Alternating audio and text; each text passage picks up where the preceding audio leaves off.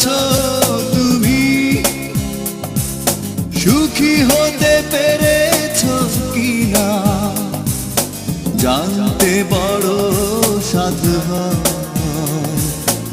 আমাকে ভুলেছো কিনা?